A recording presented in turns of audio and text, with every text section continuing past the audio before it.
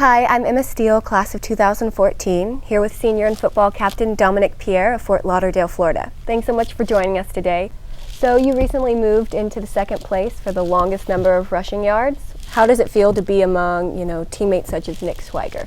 Feels pretty great playing under Nick and just kind of see him, do what he does and just have so much success, and me having to succeed him and having to fill his shoes, which are, of course, with his accolades, pretty big. Yeah, did he contact you after the Columbia game, or?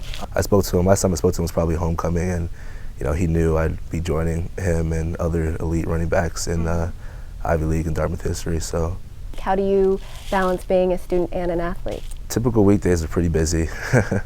There's a lot of football and a lot of academics also, but we have a lot of people in place to help us, better manage our times and give us advice as to when we should be studying for this subject or another and when we should take breaks. So. And you're a sociology major? I am. How did you kind of come to that decision? It was actually Ann Hudak who helped me with that decision, and my dean, Brian Reed. Originally I wanted to do engineering, but proved to be a heavy task. But I think they really helped me, try to take other classes to help me find out what I want to do and what I'm interested in. And sociology kind of gave me the opportunity just to kind of branch out to multiple different areas. So looking ahead, do you plan on pursuing football after college? If given the opportunity, I definitely think so. It looks like I may receive the opportunity, but hopefully my body will accept the challenge and I'll be healthy enough. Yeah, how are you preparing for that? Are there any coaches or facilities here that are helping you prepare? One of our receiver coaches, Cortez Hankton, he was playing with Jacksonville Jaguars, so he's helping me out, kind of put myself out there for different NFL teams and trying to find out like what my workout regimen should be. So how does Dartmouth Peak Performance help, you trying to achieve that goal after graduation? They pretty much help me in any and every area, not only, with football, but with academics, providing tutors, get massages every week for, different injuries and whatnot. Yeah. They just kind of help me basically market myself.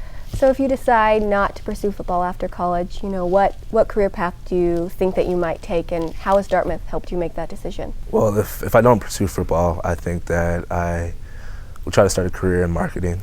I think it's a fun and interesting field that I kind of learned more about through my internship that Dartmouth kind of helped me get back home in Florida. So. It's something that I definitely see myself doing, that I could see myself doing for the rest of life, not be bored with, and have fun with it. I actually interned for Tuck or the dean's office this past summer, and got to kind of sit in a couple classes and see how someone like their programs are ran and whatnot. So it was definitely helpful. You liked it a lot? Yeah. How have you found that balance? It sounds like you have two really great passions that are really, really different. Over the years, I've been, taught and raised, school comes first, academics comes first. So that's how I've always thought. That's, been my mindset. That's the reason I came to Dartmouth. Otherwise, I would have gone, to other, maybe bigger state schools, more, known for football or whatnot. But, I definitely, came here in the mindset of, getting an education and, kind of having football as a secondary, but also a possibility, to pursue football after college. So. Well, thanks so much for joining us today. I really enjoyed our conversation. Good luck with the rest of your football career, and I'll definitely see you at graduation.